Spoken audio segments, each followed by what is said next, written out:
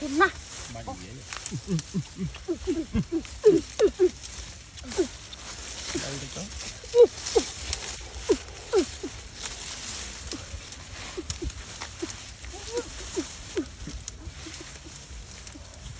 Chặt bàn ấy muối má. Chặt bàn ấy muối má.